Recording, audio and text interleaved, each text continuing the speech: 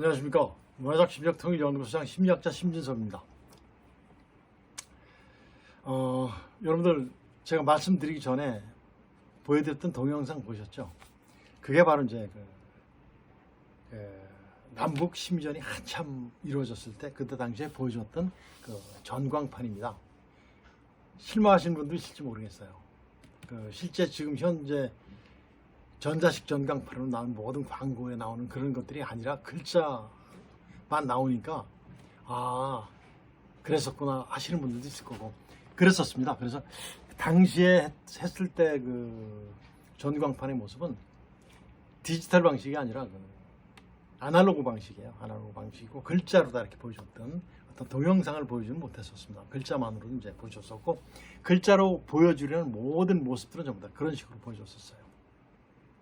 자, 그 전에 이제 더 이상 심지어 전광판에 대해서 말씀드리기 전에 제가 실수한 것들이 꽤 있더라고요. 전번에 그 향가를 설명을 드릴 때 그때 그 향가는 뭐 이어령 선생님에 의해서라는 말을 했을 거예요. 그것보다는 향가는 정말 그 신라 시대 때 그 향가는 누가 이렇게 분석을 쭉 해주셨냐면 양주동 선생님이 완전히 다 분석을 해주셨죠.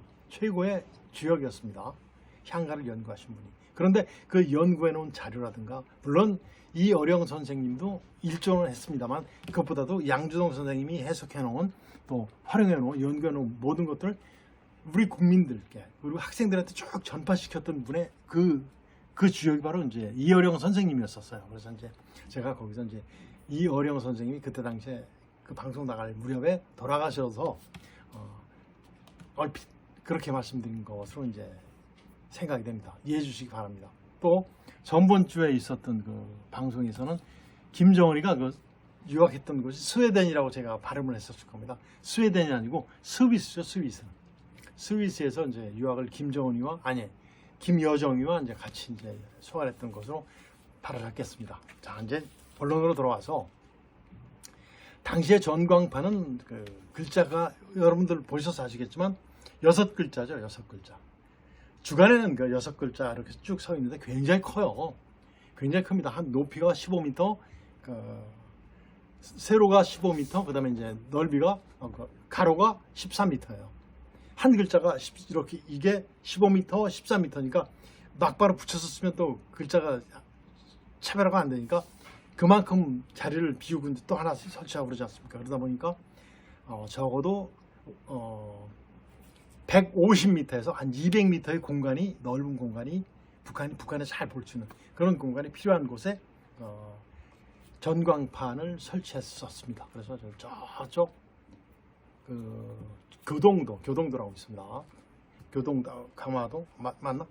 강화도 쪽에 하나 있었고 그다음에 이제 김포 쪽서부터 저기 이제 속초 위에 이제 그 금강산 관광 갈 때 보면 거기 이제 속초 이북 지역에 지금 DMZ 박물관 그 부근에 이제 또 하나 있었고 해가지고 총 한 10여 군데 그 전광판을 운영을 했었습니다. 그럼 이제 이 글자가 이제 6글자였죠. 그 다음에 이제 한 판에 전구가 몇 개가 들어가냐면 250개씩 들어갑니다. 250개. 그 전구가 또 굉장히 특수 전구예요.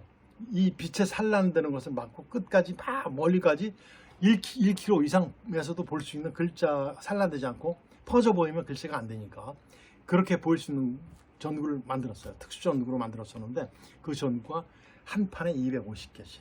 그 다음에 이제 그게 250개가 6판이니까 항상 1500개의 전구가에 의해서 글씨가 이루어졌던 거죠. 그랬었습니다. 그 다음에 이제 그 전구가 그 안에 특수 전구인데 그 안에 그 빛의 산란을 막아주려면 그 금으로 코팅을 해야 된답니다. 안에다가. 그런 것들로 해가지고 아주 참 최첨단 글자를 북한으로 보여줬던 그런 내용들이 됩니다. 여러분들도 보셔서 아시겠지만 글자가 어때요? 선명하게 보이죠? 예, 그래요. 그렇죠. 그리고 이제 점멸 방식은 그 한 번 할 때마다 대개 3회씩 합니다. 3회 5초씩 해주는 거예요. 그 방법은 이제 위에서 아래로, 아래에서 위로, 그 다음에 좌에서 우로, 우에서 좌로, 그 다음에 이제 전멸하는 방식. 이런 식으로 전부 다 해보니까 10개에서 10여 가지 정도의 그 방법들이 나오더라고요. 그래서 그 방법으로 이제 북한 주민들이 봤었어요. 정말 이 주제는 뭐였었냐면, 그때 당시에 국내외 주요 뉴스, 그 다음에 북한 뉴스도 있죠. 정부의 대북 정책, 교류, 그 다음에 이산 가족들 얼마나 고향을 가고 싶어 하는가. 그 현황들, 그 다음에 이제 또 뭐가 있으면 가장 인기가 있었던 것이 바로 뭐냐면 기상지원이에요. 제가 언젠가 설명드렸을 겁니다. 인민군 여러분 빨래하지 마세요. 뭐 그럼 왜? 라고 이제 질문할 거 아니에요. 그러면 그때 다음날 기상지원이 쫙 나와요. 그럼 보면 맞거든요. 믿어야 합니다. 처음에는 안 믿었겠죠. 안 믿었는데 또 북한 당국에서 믿지 말라고 그랬었겠죠. 그런데 보고 맞거든. 그리고 실제 북한 소식에 대한 것은 모든 어떤 내용, 어디에서 그 소재를 잡았냐면 노동신문의 페이지 쪽수까지 전부 다 얘기해 줬어요. 그걸 썼어요. 노동신문 몇 쪽, 뭐 무슨 내용 이런 식으로 쭉. 실제 저희 평양에서부터 전선 지역까지 내려오는데 한 2주 정도 걸리는데 우리는 한 일주일 정도 안에 이제 구입을 하죠. 저쪽에서 이제 홍콩에서 이제 주로 이제 획득을 했었는데 그 내용들을 이렇게 보내줬어요. 그러면 너희들이 어떻게 우리 걸 알고 있어? 라고 생각을 했는데 실제 한 2주 정도 있다가 딱 보면 나오잖아요. 나오니까 어때요? 야, 정말 신뢰할 수 있는 신뢰할 수 있는 매체가 바로 이 전광판 매체고, 그 다음에 또 대북 확성기, 즉 자유해설 방송이고, 이런 것들, 그 다음에 뉴스도, 전단 자체도 뉴스식으로 거의 다 만들었었어요. 처음에는 심지어는 쌈박질이었었죠. 쌈박질. 지금도 심지어 하면 쌈박질로 알고 있는 사람들이 굉장히 많을 겁니다. 전 세계에서 심지어를 하고 있는 사람들 중에서. 그건 아니에요.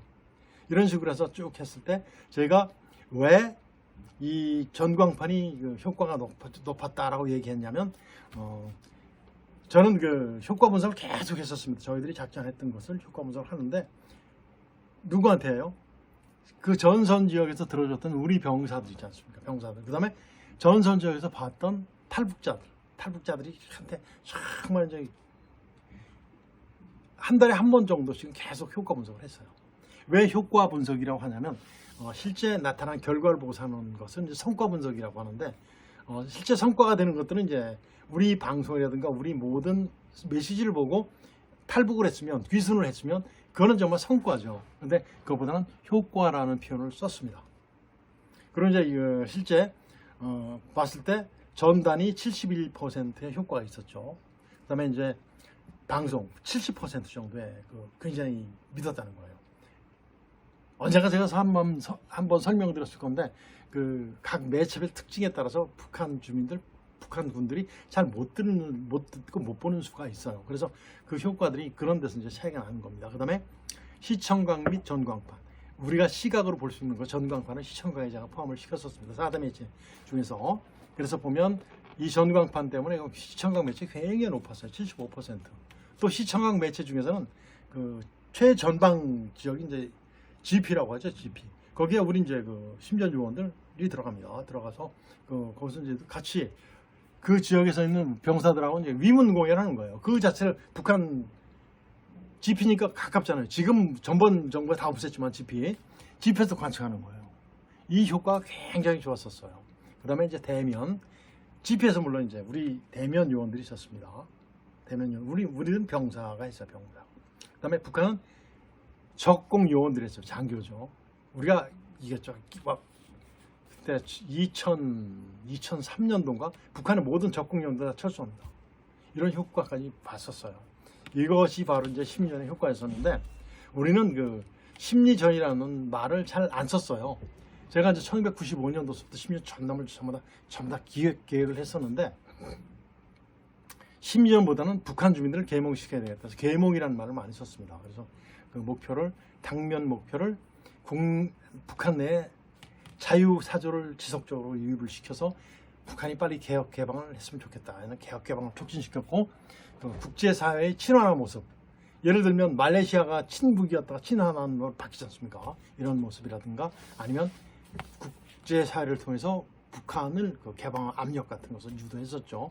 그리고 북한에 사는 대남 심리전, 이거 즉 대내 선전선동이죠. 대남 선전선동, 이것을 차단했었죠. 선전선동은 팩트, 사실을 발표를 해주면 어떻게 됩니까? 금방 없어지죠. 금방 그 여론이 이쪽으로 우리 쪽으로 돌아옵니다. 제가 1997년도 1월서부터 매월 10일에서 플러스 마이너스 3, 4일 정도, 이때 꼭 북한에서 했던 대남 심리전 다각도로 분석을 해서 국민들께 제가 국방 브리핑룸에서 제가 브리핑을 한 적이 있어요. 언제까지? 2004년도 12월까지 했었을 겁니다. 그때 이제 이런 목표를 가지고 쭉 했었는데, 우리 거는 제가 공개를 안 했죠.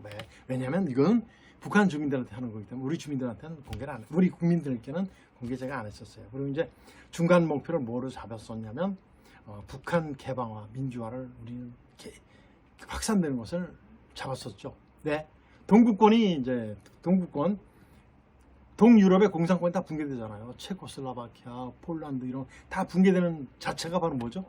이런 모든 정보가 유입돼서 그 나라 국민들이 독재자들보다 훨씬 독재자 정책보다 위에가 있는 거예요. 이런 것을 하려고 제가 이제 목표를 여기에 잡았었고, 궁극적인 목표는 자유민주주의 통일이죠.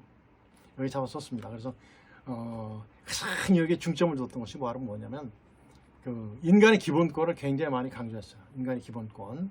인간의 기본권은 자유민주주의에서밖에 없잖아요. 그 다음에 이제 인본주의를 강조했었고, 마치 이제 군과 군이 대립하고 있을 때, 국가가 대립하고 있을 때 모든 무기라든가 모든 것은 살인검이잖아요. 살인검. 사람을 죽이는 검이에요. 그런데 심지어만큼 뭐다? 사람을 살리는 검이 되려고 노력을 했었습니다. 그래서 항상 심지어는 살인검이 아니라 활인검이다, 활인검이다를 계속 강조했었습니다. 그래서 그런 것으로 해서 정말 북한이 굉장히 많이 막 거의 붕괴되다시피 했었죠. 1998년도 그때 그 완전히 북한 완전히 거의 붕괴되다시피 하잖아요. 그때 이제 우리의 그 제가 또 했던 것이 바로 뭐냐면 북한은 주석, 저희 지금 김정은이나 마찬가지. 그때 김일성이니까 김일성 또는 김정일. 근데 주석이 있어요. 주석. 그다음에 당, 인민. 이게 이제 연결고리거든요. 이게 바로 사회주의 생명체론이에요. 그래서 저는 하나만 끊으면 되잖아요. 하나만 끊으면 이게 붕괴되잖아. 거기에 중점을 두고 했었습니다. 그래서 사회주의 경제체제의 모순. 북한 지금 보십시오. 모순. 이런 것들. 그 다음에 남과 북이 많이 붙었을 때 누구를 위한 전쟁인가. 붙고 나면 어떻게 필수적으로 패하는 것이 어디다? 대한민국이다? 아니죠. 북한이죠. 깨면 안 되잖아요. 그 다음에 군사적 모험주의의 그 허구성 같은 이런 것들을 계속해서 주지시켜 줘서 굉장히 큰 효과를 얻었던 것이 바로 이제 심의전이었었는데 그 중에서 전자식 전광판의 효과가 아주 높았다는 것을 제가 다시 한번 말씀드립니다. 그리고 이제 실제 제가 이제 그 1995년도서부터 이제 거의 심리전을 주도하다시피 했는데 그때 당시에 제가 생각했을 때는 싸우지 않고 이기는 것이 심리전이다. 소리 없는 전쟁이 심리전이다. 라고 생각을 했었어요. 그러다가 거의 끝날 무렵에는 아니다. 심리전은 일상이다. 일상이 심리전이다. 그러고 나서 지금 생각해 보니까 지금 이제 대학에서도 강의하고 같이 이제 연구를 계속하다 보니까 아니에요. 심리전은 상담이에요. 이렇게 이제 발전이 됩니다. 대한민국 심리전은 전 세계에서 상상을 못할 정도로 앞서갔었습니다. 미군하고 이제 합동훈련하면 저한테 북한 어떻게 하는 것이 효과적이냐? 그럼 북한 주민들의 사회심을 파악해야 되죠. 이런 것들을 제가 제공해주고 타겟을 전부 다 정해줬던 그런 기억들이 납니다. 자, 이런 것들.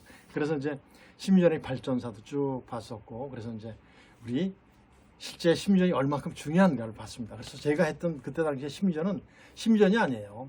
남북 통일이 되었을 때 제가 보니까 그때 당시 보니까 뭐 있었냐면 독일 통일이 되었을 때 양국 특히 서독 국민들이 받는 문화적인 충격, 심리적인 충격이 굉장히 컸었어요. 그래서 우리도 이제 계속해서 통일의 주도권을 쥐고 있는 것이 바로 이제 심리전인데, 그래서 그렇다면 심리전이라고 말하기보다는 계몽이 좋겠다 해서 계몽 쪽으로 돌렸고, 그다음에 이제 북한 그때 당시에 보내줬던 모든 것들이 그 자유소리 방송 같은 그 남북의 그 공통점이라든가 문화 이런 것들을 굉장히 방송을 해줬어요. 그 전에는 어떤 식이냐면 맨 욕만 하는 거예요. 김일성이 나쁜 놈, 김정은 나쁜, 이런 북한전이 나쁘다, 이런 식의 주제였었는데 아니죠. 이제 궁금해서 자꾸 질문하면 가르쳐주는 이런 식의 심리전이 돼서 정말 견디지 못한 것이 김정일이가 실토를 했지 않습니까? 황색바람이라고 실토를 했어요. 황색바람으로 차단해야 된다. 이런 것들이 바로 이제 심리전의 중요성입니다. 그리고 남과 북이 그 군사적으로 대치하고 있는 상황에서 결국 이긴 건 심리전밖에 없어요. 심리전은 싸움하라고 살인검이 아니라고 그랬지 않습니까? 활인검이에요. 그리고 환경을 조성해 주는 것이 심리전인데 그걸 지금 알고 있는 우리의 군에 있는 분들은 있을까 없을까요? 제가 볼 땐 아니에요. 없어요. 대개 우리나라 군의 시각은 작전 시각이에요. 작전은 가장 쉬운 거 작전이거든요. 그런 시각으로 봅니다. 그리고 실제 한 민족을 대상으로 하고 남과 북의 그 같은 민족, 남북 통일, 진정한 민족 통일을 원할 때는 그거보다는 어떤 통일을 여러분들 원합니까? 문화적 심리적 통일을 원하잖아요. 그래서 주역은 누가 돼야 돼요? 지금 심지어 기구 다 없어졌어요. 가끔가다 이제 군에서 저한테 연락이 옵니다. 심지어 어떻게 해야지 되는가? 정말 전문가 양성해야죠. 그리고 실제 전문가들을 꽤 있습니다. 그 사람들 다시 해서 코칭을 받아야죠. 빨리 심리전 재건시켜놔요. 지금 심리전 부서 없어졌어요. 있어봤자 제가 확인해 보니까 없어요. 거의 없어요. 일개 카드가 존재하는지 안 하는지도 몰라요. 이 정도로 없었더라고요. 그래서 좀 전에 말씀드렸습니다. GP 자체도 전부 다 없어졌잖아요. GP도 이런 것들, 정말 이런 것들은 정말 제거해봐야 되고 빨리 재건돼야 되고 정말 우리가 그 안보적으로 정말 완전히 절대 우위에 있어야 됩니다. 그래야지 우리 주도하에 자유민주 통일이 됩니다. 자유민주주의 통일. 그것을 부인하면 그 사람은 사회주의자예요. 그런 사람도 있잖아요. 그래서 오늘은 전문 시간에 어떤 그 독자분께서 전광판 효과가 어떤 것이었는가를 질문을 하셔서 이번 주에 제가 여기에 집중적으로 초점을 맞춰서 설명을 드렸습니다. 이번 주는 여기서 마치도록 하겠습니다. 안녕히 계십시오.